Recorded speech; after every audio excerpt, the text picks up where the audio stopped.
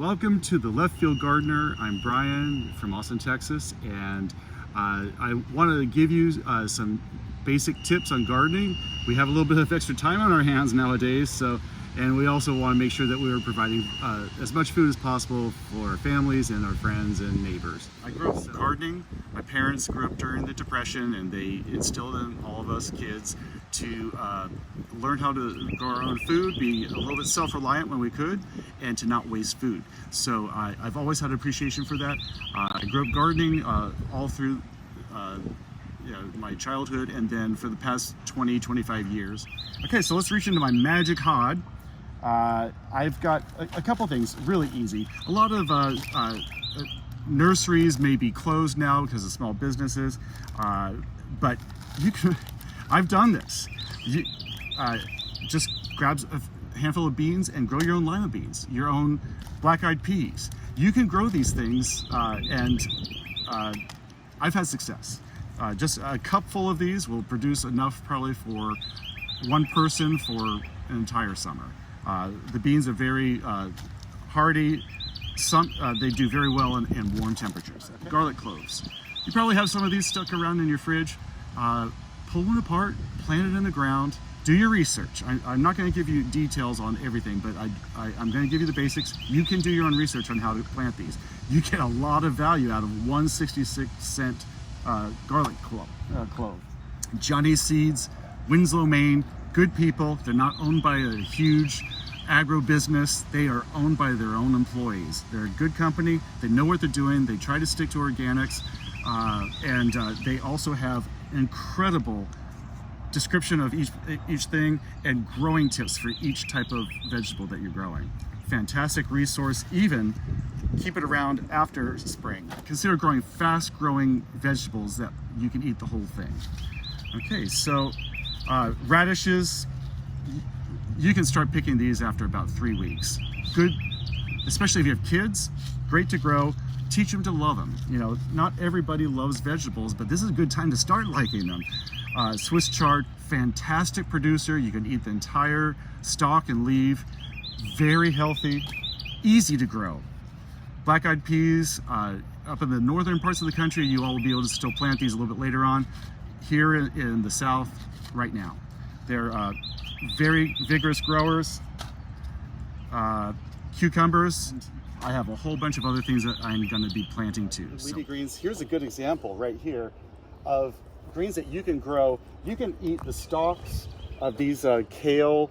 We've got Swiss chard. We've got collards over there. We've got cabbage and beet greens. And look at the dirt here too. I just want to point that out. How it's actually not dirt, it's soil. They've added good organic matter.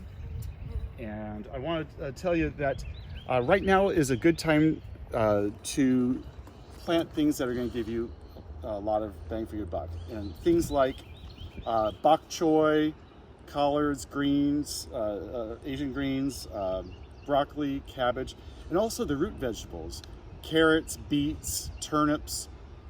Start investigating those, and you may want to consider growing something that you've never tried before, but you're committed to eating. Zucchini is an incredible producer. That's always fun to grow. It's always, and they'll grow like an inch overnight. They're great if you have kids around. Beans are very good to grow during times like this. They're heavy producers, and daikon radishes, very versatile type of radish. And I'm new to that. I actually do like them. Carrots and other things. Other root crops, you can often eat the leaves of those too.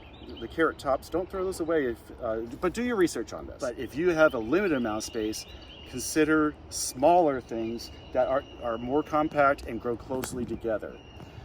Corn, right now I think corn takes a lot of effort, a lot of space, a lot of water for relatively little.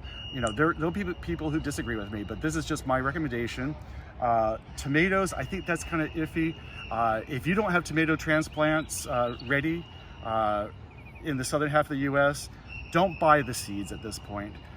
There are some crops that you really need to. That I always prefer to buy transplants for. Because it takes so long to get up to production stage, and that would be tomatoes, peppers, okra, I think, and anyway, those if you plant seeds now, you're not going to, at least in the southern half of the U.S., you're not going to really get as much tomatoes as you could. So maybe put in something else that grows faster. And squash, I think squash is kind of a risky thing for a lot of gardeners, especially if you're beginning, just because there's a common type of insect called the squash borer. Your squash will look really great, and then it'll start producing, and then overnight it goes limp.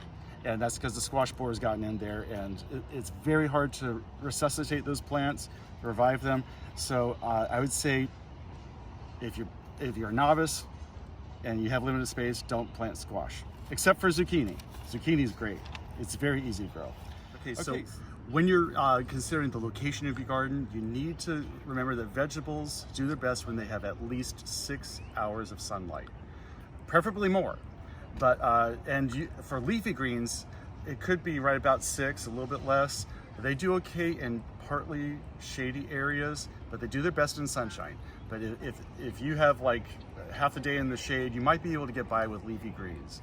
If there's been like spray for pesticide or herbicide, if you have ant infestations nearby, stuff like that, you don't want to put your vegetables in soil that's been contaminated with those toxins.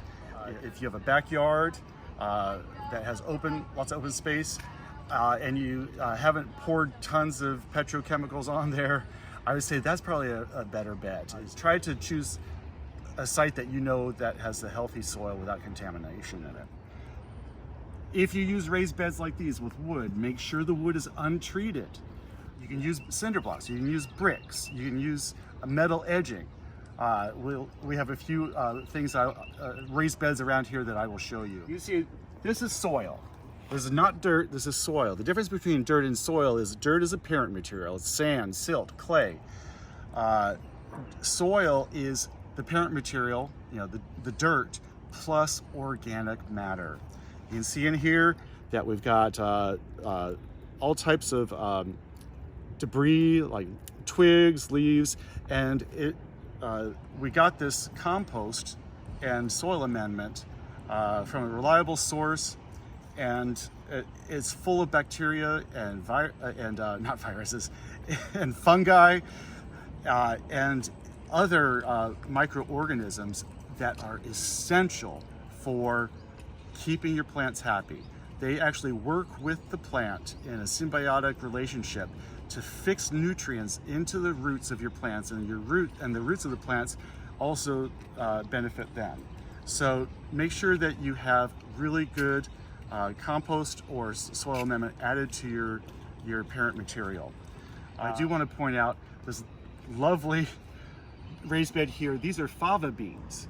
I've never grown them, but they are gorgeous, and it looks like they're pretty good producers.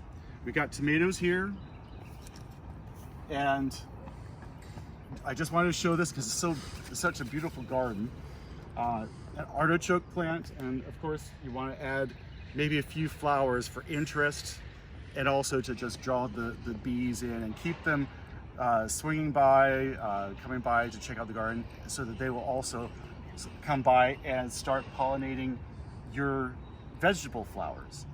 All right, so I want to talk a little bit more about seeds versus transplants. Seeds are really helpful for the types of vegetables like root crops and fast growers, lettuce, spinach, leafy greens, carrots, beets, turnips. Those are best to buy from seed.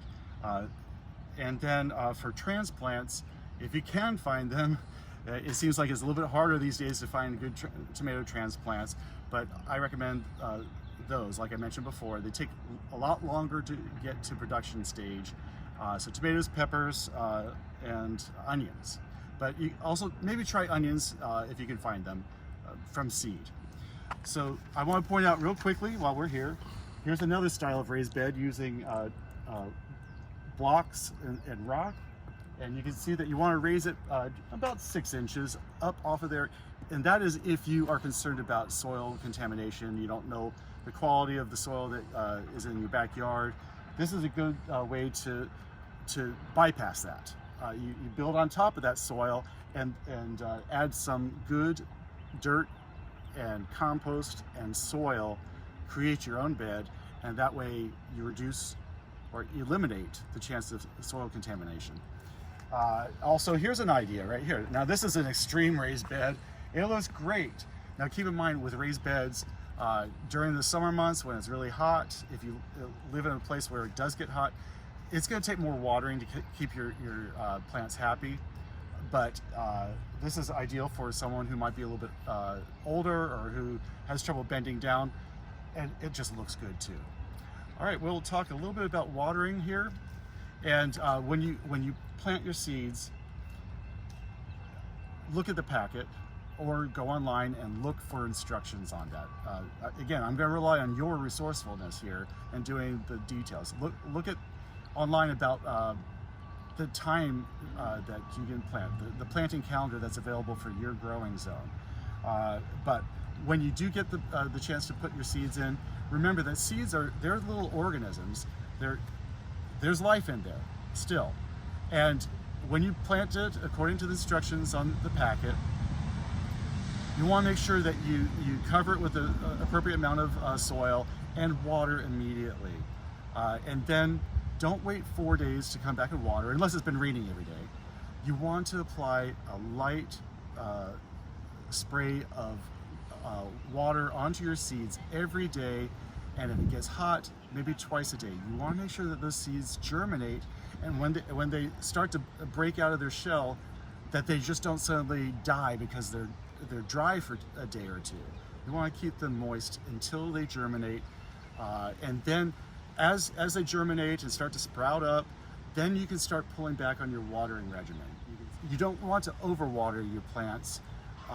Also, once they're established, like with tomatoes here and other things, you can water them real deeply once in a while, but you don't want to water them and flood them all the time, because if you get waterlogged plants, then you get anaerobic conditions in the soil and the roots start to decay and the plant will die. But the best time of day is to water during the morning. That way any evaporation can happen. If you water in the evening and it's cool nights, then you have the risk of mildew and fungus developing on your plants. So watering in the morning is the best. But you know, if your plants are thirsty, any time is good. Just so water down at the base of the plant as opposed to the whole plant with the leaves. Remember, you're watering not the plant, you're watering the ground. Just like when you fertilize, you're fertilizing the ground, and the ground, or the soil, will feed your plants. All right, just to wrap it up, I want to encourage you to get your hands dirty and get growing some vegetables. Grow enough for you, your families, neighbors, friends, and just make it fun. Make it an experiment and fun. And you can do it. We're certainly doing it here, and just do a little bit of research. Try a few things that are easier, like the varieties I mentioned before. Good things are happening in the garden, and they can happen in your garden too. All right, Bryan signing off here, the Left Field Gardener. Thanks for watching.